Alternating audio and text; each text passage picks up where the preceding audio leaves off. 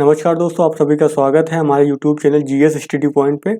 आज हम देखेंगे अधिभाष भूगोल में प्रधान नगर संकल्पना को। देखिए, इससे पहले हमने वीडियो में क्या देखा था, कोटि आकार नियम। ठीक है, तो जो बस्तियां होती हैं, ठीक है, नगरीय बस्तियों के पदानुक्रम में जो है कुछ उनके लिए पदानुक्रम यानी कि हायरार्की के लिए जो है कुछ नियम विद्वानों ने प्रतिपादित किए हैं। तो पहला, इससे पहले वाले वीडियो में हमने देखा था कोटि आकार नियम। ठीक है, अब हम दूसरा नियम क्या देखेंगे। दूसरा नियम है प्रधान नगर संकल्पना। ठीक है, तो प्रधान नगर संकल्पना क्या है, ये जो संकल्पना जो है दी थी, किसने दी थी, मार्क जेफरसन ने। तो मार्क जेफरसन ने बोला क्या था कि प्रधान नगर वह नगर होता है जो अन्य जो नगर होता है उनके तुलना में क्या होता है, बड़ा होता है, यानी विशाल होता है। और साथ ही में जो अन्य नगर हैं तो उनके तुलना में ये बहुत ही महत्वपूर्ण होता है।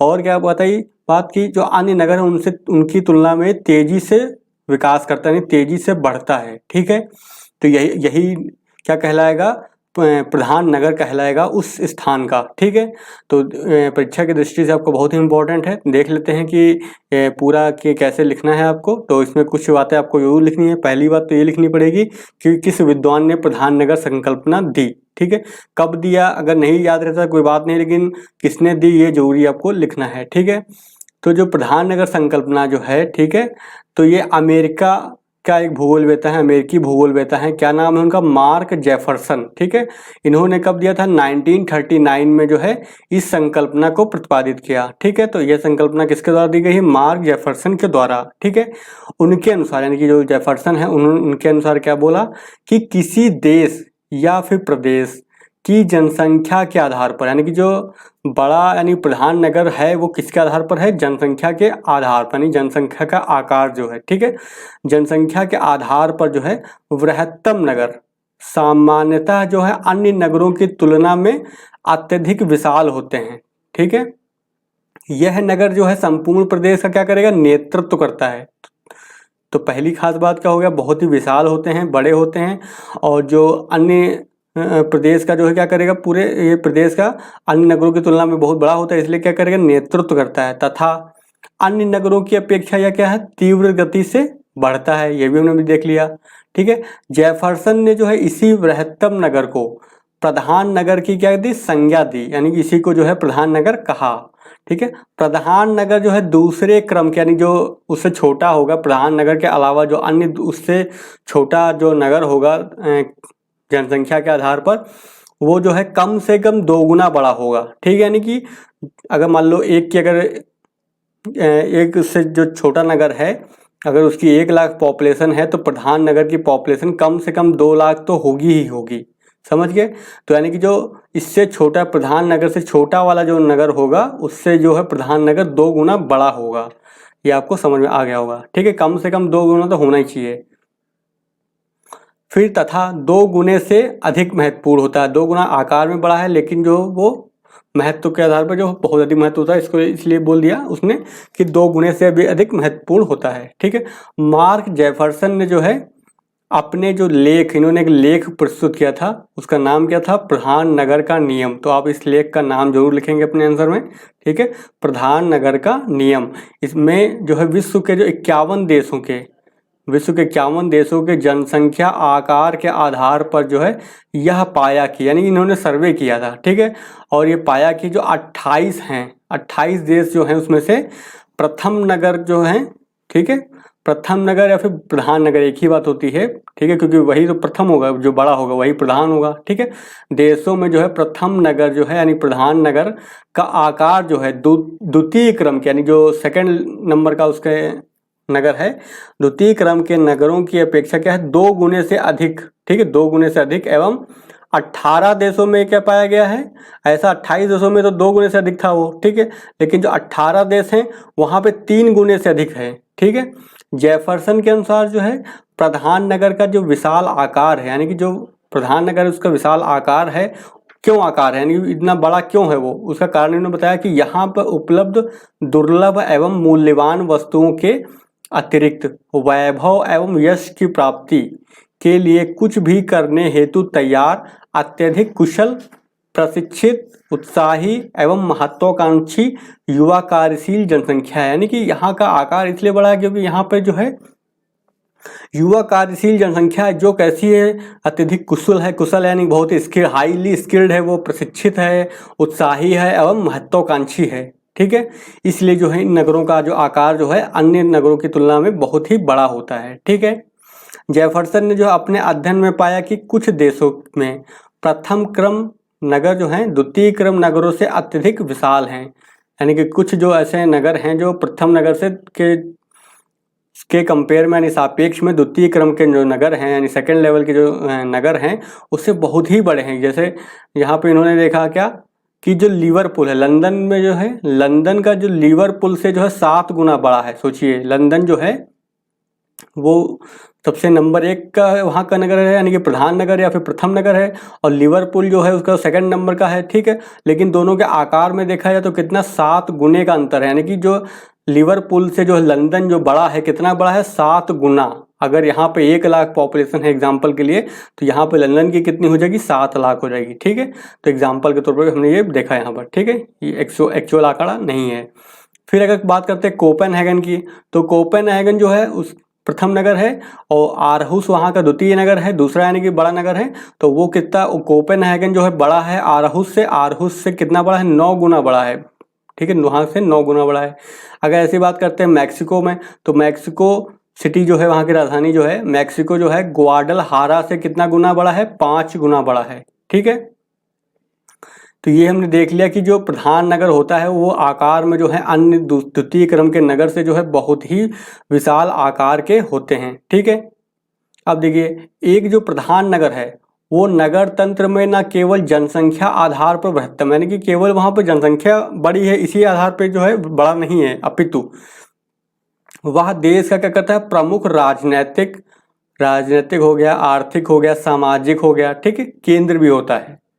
राजनीतिक, आर्थिक और सामाजिक केंद्र भी होता है। प्रधानता का कारण क्या है एग्लोमरेशन। एग्लोमरेशन को इंग्लिश में बोलते हैं एग्लोमरेशन, हिंदी में क्या बोलेंगे इसको समूहन।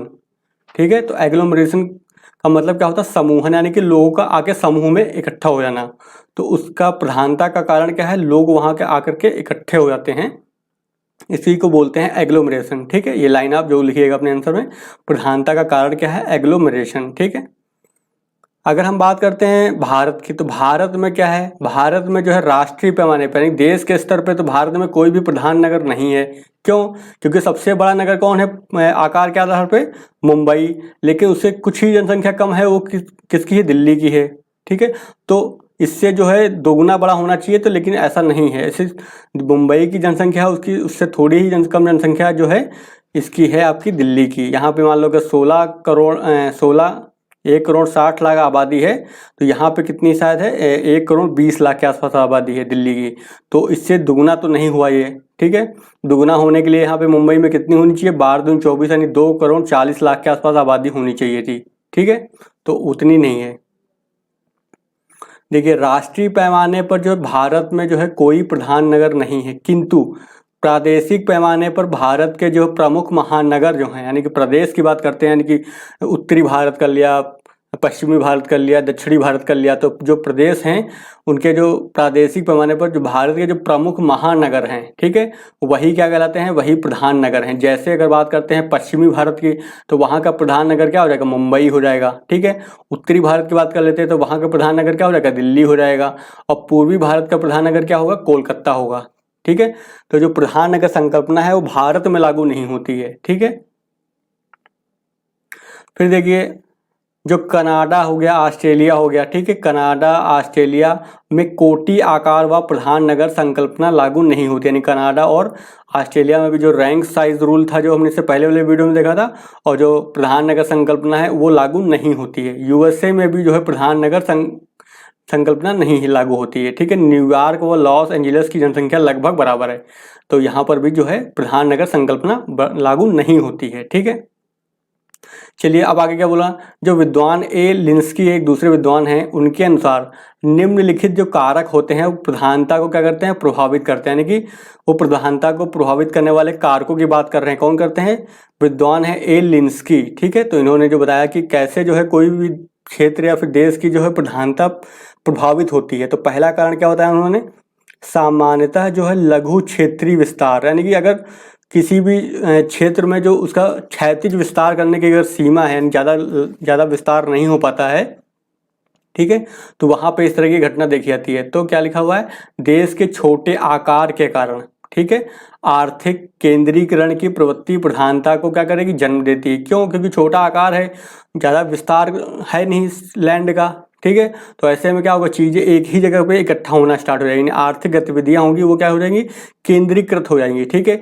इस तरह के देशों में क्या है, देश की राजधानी ही क्या होती है, प्रधान नगर के रूप में विकसित होते हैं। जैसे एग्जाम्पल की बात करते हैं तो डेनमार्क में जो है कोपेनहेगन तथा अनेक द्वीपीय देशों के राजधानी नगर, ठीक है। फिर दूसरा क्या बताया कारण उन्होंने, उपनिवेशवादी शासन का इतिहास, यानी जहाँ जहाँ जो है उपनिवेशवादी शासन का इतिहास रहा है, तो वहाँ पर भी जो है इस तरह की घटनाएं देखने को मिलती हैं। तो वही लिखा हुआ, पुराने उपनिवेशवादी देशों में जो है प्रधानता का स्तर क्या है, उच्च पाया जाता है, ठीक है। फिर निर्यात निर्भर अर्थव्यवस्थाएं, तो कुछ जो अर्थव्यवस्थाएं होती हैं वो मैन्युफैक्चर नहीं करती हैं, वो क्या करती है, बस आयात और निर्यात करती हैं सामानों का। जैसे एग्जांपल की बात करते हैं तो न्यूजीलैंड में जो है ऑकलैंड जो है एक प्रमुख नगर वहाँ का है, ठीक है।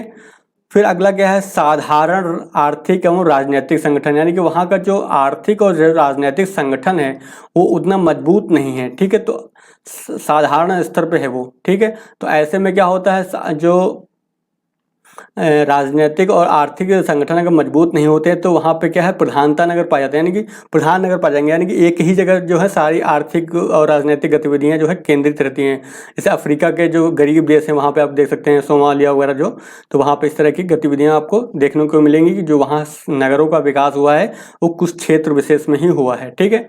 तो वही लिखा हुआ, अधिकतर जो है साधारण आर्थिक एवं राजनीतिक संगठन वाले देशों में प्रधान नगर पाए जाते हैं, क्योंकि ऐसे देशों में एक से अधिक केंद्रों के उद्भव एवं विकास के अवसर क्या होते हैं, सीमित होते हैं, ठीक है।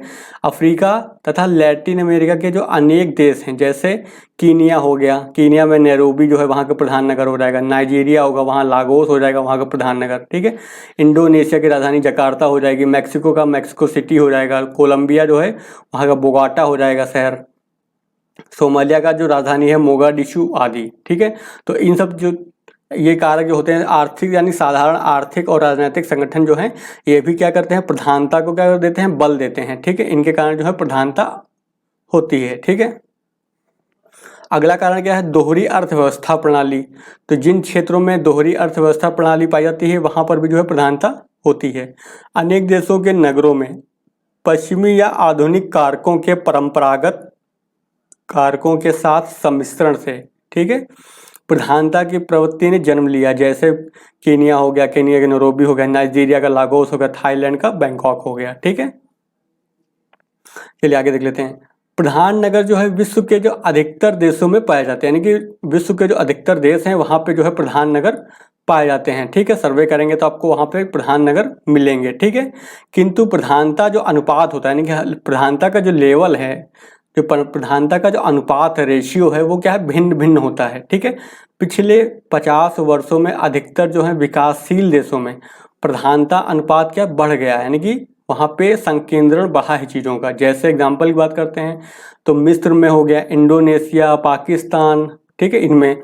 जबकि अधिकांश जनसंख्या वाले विकासशील देश हैं, जैसे जहाँ पे बहुत ज़्यादा विशाल जनसंख्या है, जैसे भारत हो गया, चाइना हो गया, मैक्सिको, तो में यह अनुपात क्या हुआ, कम हुआ, यानी कि वहाँ पर प्रधानता नहीं पाई जाती है। वहाँ पे अलग अलग क्षेत्रों पे जो है क्षेत्रीय प्रधान नगर पाए जाएंगे, लेकिन देश के स्तर पे जो है प्रधान नगर नहीं अवेलेबल है, ठीक है।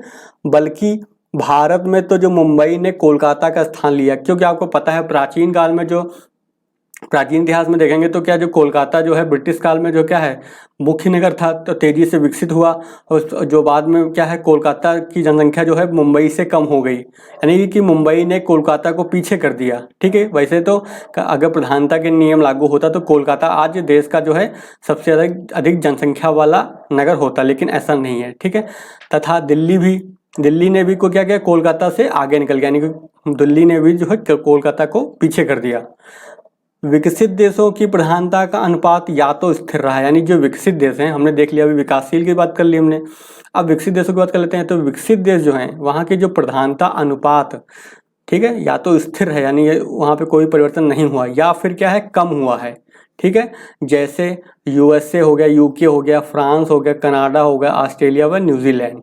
तो इन देशों को हमने यहाँ पे देख लिया। या तो वहाँ पे जो है स्थिर है प्रधानता का, ठीक है, अनुपात, या तो क्या है यहाँ पे वो स्थिर है, ठीक है। तो आज के वीडियो में हमने क्या देख लिया, प्रधानता का जो नियम है, जो मार्क जेफरसन ने दिया था, उसको हमने देख लिया। और परीक्षा की दृष्टि से आपका इम्पोर्टेंट भी है ये, ठीक है। तो आप अपना इस पे जो है एक अपना शॉर्ट नोट जरूर बना के रखिएगा, ठीक है। चलिए आज का वीडियो हम यहीं पे ख़त्म करते हैं। और वीडियो कैसा लगा आप कमेंट करके बताइएगा। और लाइक, अगर वीडियो पसंद आया तो लाइक कर दीजिएगा, साथ ही में दोस्तों के साथ भी शेयर कर लीजिएगा। चैनल पर नए हैं तो चैनल को सब्सक्राइब कर लीजिएगा, ताकि आपको जो है नेक्स्ट वीडियो का नोटिफिकेशन मिल सके। और अगर आप ज्योग्राफी ऑप्शनल का पेड ग्रुप ज्वाइन करना चाहते हैं, ठीक है, तो आप हमें इस नंबर पे कॉल कर सकते हैं, नंबर के 8860558530, ठीक है। यहाँ पे आपको जो है पेड ग्रुप से संबंधित सारी जानकारी दे दी जाएगी। आप इस पर कॉल कर सकते हैं, यहाँ पे व्हाट्सएप करके अधिक जानकारी प्राप्त कर सकते हैं। चलिए मिलते हैं फिर नेक्स्ट वीडियो में।